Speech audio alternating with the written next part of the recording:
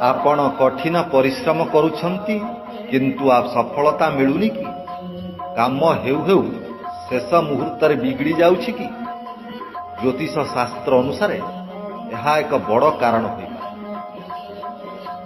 काल सर्प दोष। नमस्कार बंधुगण, आज आम एपरी एक जोग विषय जानिबा जार नाम शुणिले लोक माने भयभीत हो जाते, किंतु यह कौन सतरे एते भयंकर?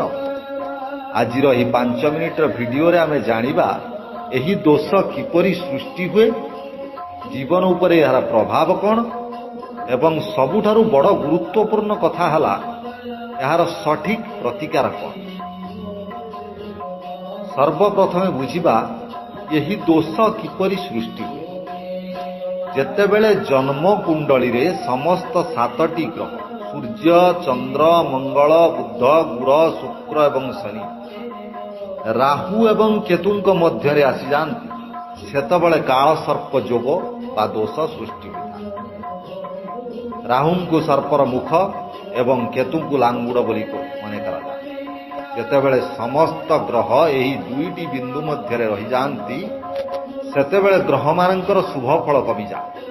यह मुख्यतः 12 प्रकार होता, जेपरिक अनंत, उड़िक एवं बासुकी काल सर्प दोष। एबे आसंतु जानिबा यार प्रभाव विषय।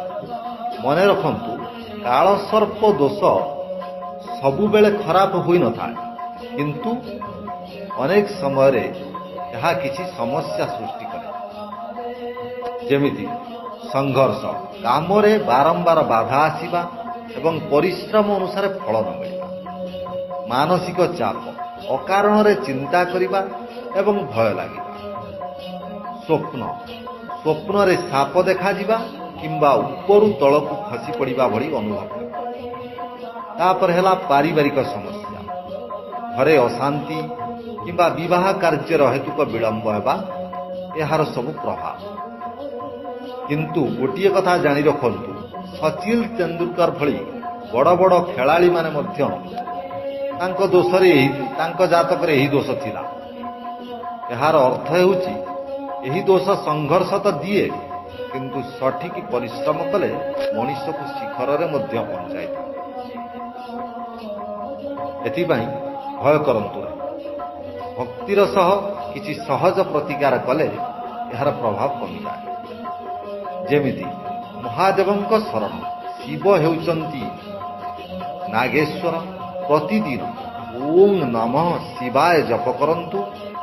सोमवार दिन शिवलिंग रे कंचा क्षीर और जल अर्पण करंतु। द्वितीय प्रतिकारटी है महामृत्युंजय मंत्र। यही मंत्र नियमित पाठ कले, नियमित 11 बार, 21 बार, 108 बार जप कले बहुत फलप्रदायी होता। तृतीय प्रतिकारटी है नागपंचमी। वर्ष को थरे नागपंचमी दिन रूपा, तंबा किंबा पितल रे नाग नागुनी जोड़ा तैयारी करी जल रे प्रवाहित कले यही दोष कटिथा। चतुर्थ प्रतिकारटी है पक्षी और प्राणी सेवा। प्रतिदिन पक्षी को शस्य एवं कुकुर को रुटी खावा दिंतु, याद्वारा राहु केतु शांत। घरर परिवेश, प्रतिदिन घरे गुगुल धूप दिंतु, पवित्र परिवेश बजाय रखु।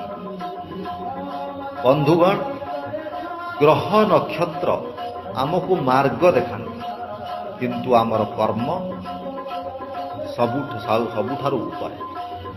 जदि आपणक कुंडली रे दोष अछि तेबे डरंतु नहीं, महादेवंक उपरे विश्वास रखंतु एवं कर्म सत् कर्म परिचालन। जदि आपणक कुंडली विषय किछि जानिबार अछि तेबे कमेंट करंतु। एही भिडियोटो को निज सांग एवं परिवार सह शेयर करंतु। आहुरी अधिक किछि जानिबा पई आम चैनल को सब्सक्राइब करंतु। धन्यवाद। ओम नमः शिवाय।